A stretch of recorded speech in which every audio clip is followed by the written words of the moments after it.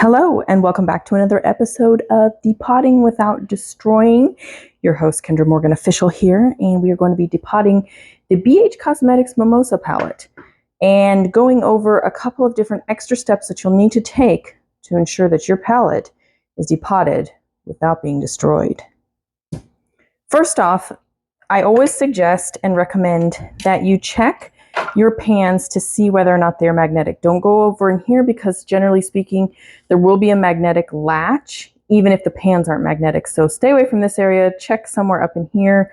And I'm gonna check and I'm using both sides of the refrigerator magnet that I've got here, and nothing is pulling and nothing is giving me any magnetic force field. So that lets me know that these pans are more than likely aluminum, but at the very least, we can say that they're non-ferrous pans. So you've got one of two options here. You can depot the actual shadows into an empty eyeshadow pan. So something like this. So you would remove this pan into here, repress it, and then you would have to go ahead and label the back of the pan and find a empty magnetic palette to house the shadow in. Or you can do what we're going to do, and that is simply to take the pan out after heating up this palette, which has been on the my homemade Z palette depotter, which is basically just my at-home range that I've got here kind of on low. It's been on there for a couple minutes. Now I'm going to go ahead and kill the heat. And then I'm going to, after I depot these, I'm going to place a stainless steel backing on the back of the shadow pan. And then I will take and place a pre-cut magnetic adhesive sheet to the well of the of the palette, therefore making the eyeshadow magnetic. So there's a couple different options here, both with different, routes that you'd have to take and, think about. So I'm going to go ahead and show you guys how to do this so that I don't have to relabel it. You've got enough room almost to make one. So we're going to go ahead and lay the sheets in here today, and then hopefully some other day I'll get to go ahead and punch some holes in there and maybe make it easier to bring out my pans. I'm going to be checking to see if the pans or if the glue is kind of sticky and melted enough. I always suggest if you have an eyeshadow palette with shimmers that you try it on a shimmer versus a matte. Mattes tend to crack a lot easier, so no, this isn't gonna work. Going back to my handy dandy high quality nail scissors here, I'm just gently slipping in to the corner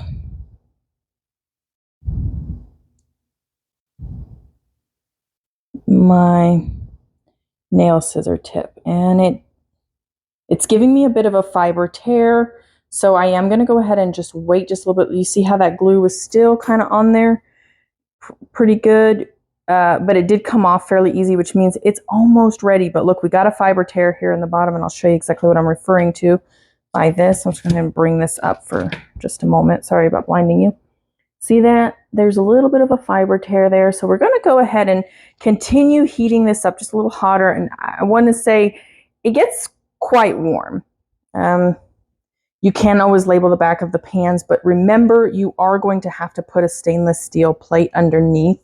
So keep that in mind. You might want to go ahead and label the stainless steel sheet. And if you do that, that's going to be some really, really tiny writing. So probably your best bet is just to put the magnetic sheet down in the well and then the stainless steel sheet on the back of the pan, and then just go ahead and pop it back in to the thing. I'm even going to keep the dimensions the same, so meaning I'm not going to, even though it looks square, sometimes they can be off even just a half a millimeter or so. Looks like we've got 21.3. And then on this side, we've got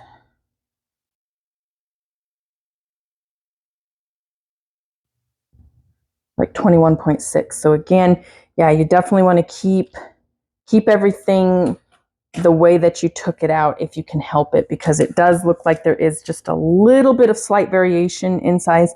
They do look square, but they're just ever so slightly. And that's just normal variations that occur within the palette. So let's go ahead and try again. And I'm going to attempt another shimmer just because that is a lot easier to check and less likely to break the shadow. So here we go. I'm going to go ahead and check on Fizzy here. Hopefully she's ready to go. It's feeling quite warm. I can feel some heat radiating off of the sides. So hopefully we haven't denatured anything too terribly much. I'm just going to gently, ever so slightly, just lift in there. Oh yeah. Okay. We do still have a slight fiber tear, but it looks like that glue is very gummy. So yeah, it's definitely coming off without any resistance from the pan. So I think we've got enough heat to go ahead and go on with it. I am going to, well, it looks like I've already killed the heat. Maybe that was my problem. I shouldn't have done that yet. We are going to go ahead and let's attempt a matte eyeshadow. Boy, this is really, really, yeah, I don't know. Maybe this isn't really the best. These aren't very high quality, are they? Okay, and as soon as I'm able to, you see I just slip that in and then gently, and now I can even get in there and cut away if I need to. It almost feels like a fiberglass type of, yeah, that's really weird. These are really cheap palettes. You can see in here, I'm not sure I'm going to be able to drill a hole now that I think about it, but you know, that's what was an option. It's really, it's disgusting feeling and looking. Oh, I think I know what it is this part down here is actually an entire sheet of glue. So maybe that's it. I am going to go ahead and turn on the heat just ever so slightly, give it another minute or so, and we'll come back and continue on depotting. All right, let's give it a go.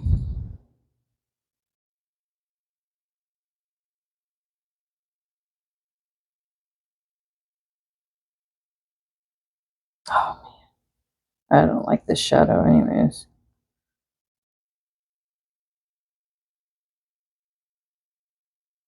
Boy, I almost want to say, let's just wait just a little bit longer. Yeah. See that is, it looks like a, kind of like a glue sheet. It's just a sheet of glue, basically. The only thing that I worry about when something like this happens is it provides a very uneven surface. This did provide some cracking, but you know, it'll be okay. All right, we've put some more heat to it. Sorry, I do apologize. I'm kind of leaning into the range, so it's kind of making the camera a little bit unsteady, but here we go, just gently. Oh, I can't see it. Coming from this side.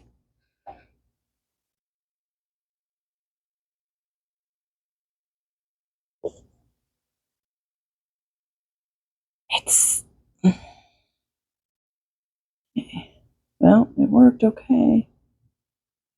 Boy, these pans are just so hot, yet look at all of that glue that's left on there. So this is really going to be interesting. This may not be one of my best depotting without destroying palettes, but hopefully we can salvage most of them and it won't be a problem. This is, I'm not sure what I'm going to do. See that? That's causing this to have an uneven surface, so that's kind of a problem. Or it could pose a problem anyways. Coming in from another angle, you'll see,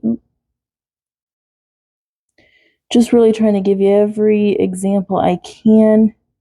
Coming in slightly at an angle, and then as soon as I can and am able to, I'm going to slip both blades underneath it, and then just, you know, even, you can kind of get in there and even scissor it.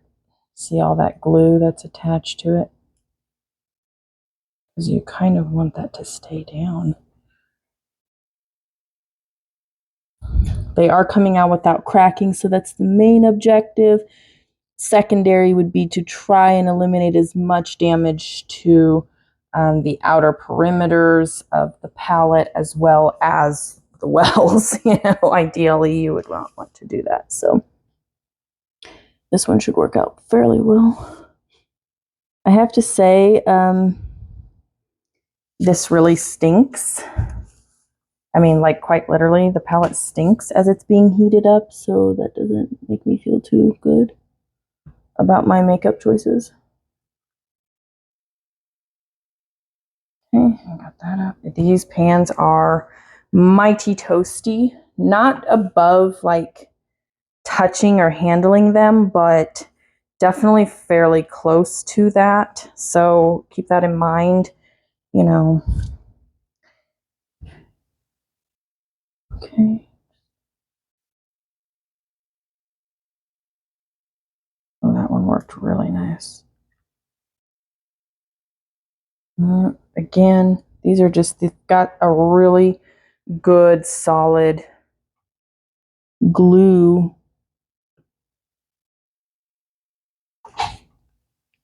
base to them, so you're just probably not gonna be able to help that any.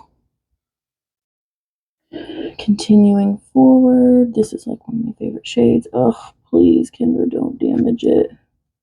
There we go. I'm not too worried about shimmers. Oh, I just don't want to damage the palette if I can help it, because, you know, we pay all this money for this packaging, you know, but I'd also like to be able to use them as singles. Here we go. So what we're looking at. Yep.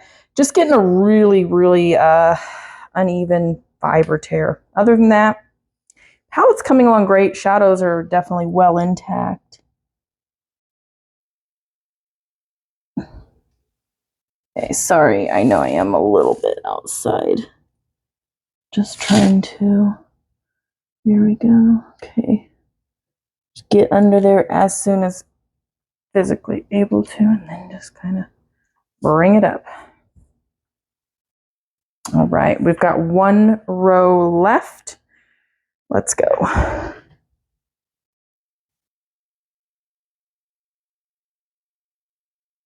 Oh boy, a little bit. Oh, wow. So here's something interesting. I just took the palette right off of the thing. Oh boy. That was not expected. So I wonder why that came off so easily, but none of this did. Dang it. We have killed all heat sourcing, so this just is like a little bit of a nuisance.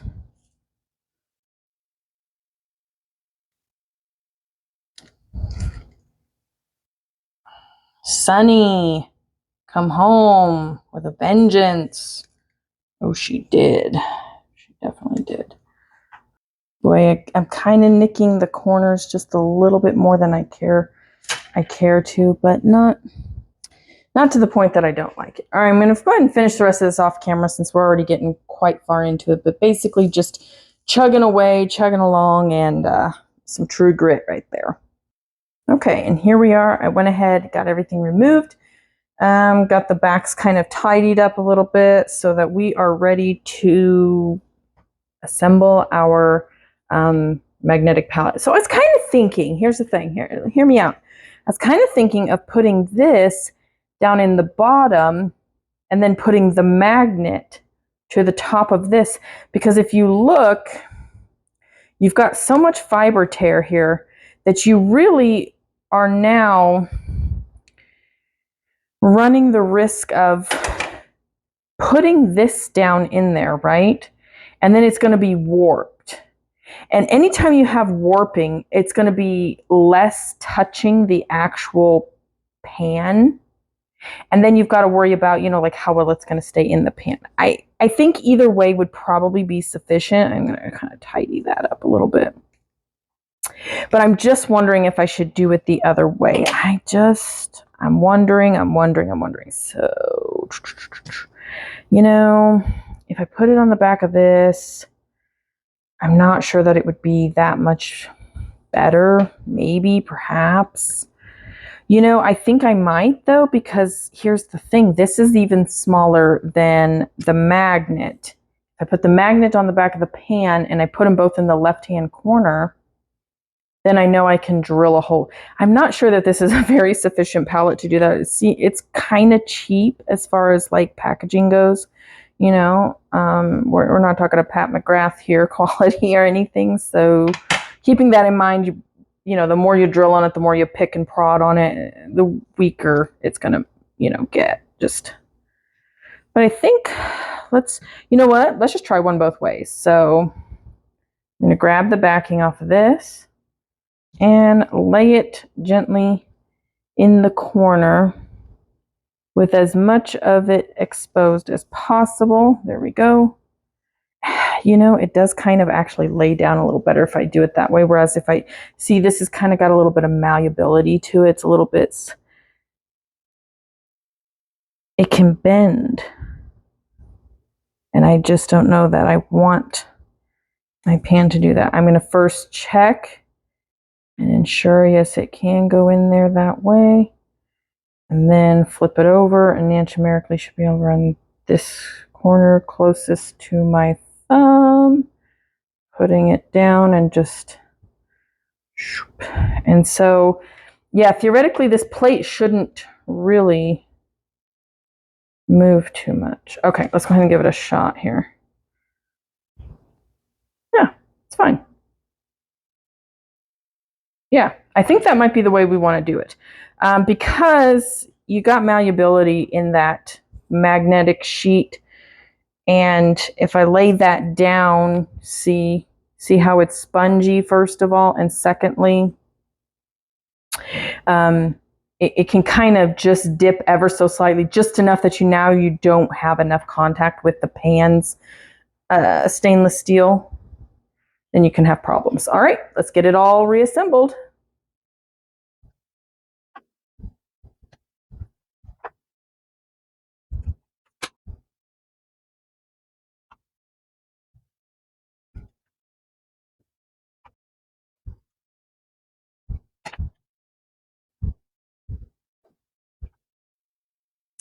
Okay, so we've got it all in, and I do want to add, these do stick to like a magnetic palette. So, you know, either way you go, I think it would have been fine. I don't know why they have both polarities on them for some odd reason. So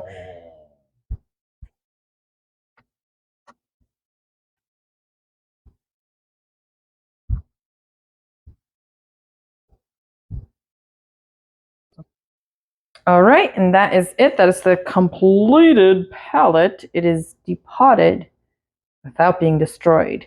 Thanks so much. If you guys enjoyed this episode, make sure you give it a thumbs up on your way out. Be sure to subscribe to my channel down below, and I can't wait to see you guys in tomorrow's episode.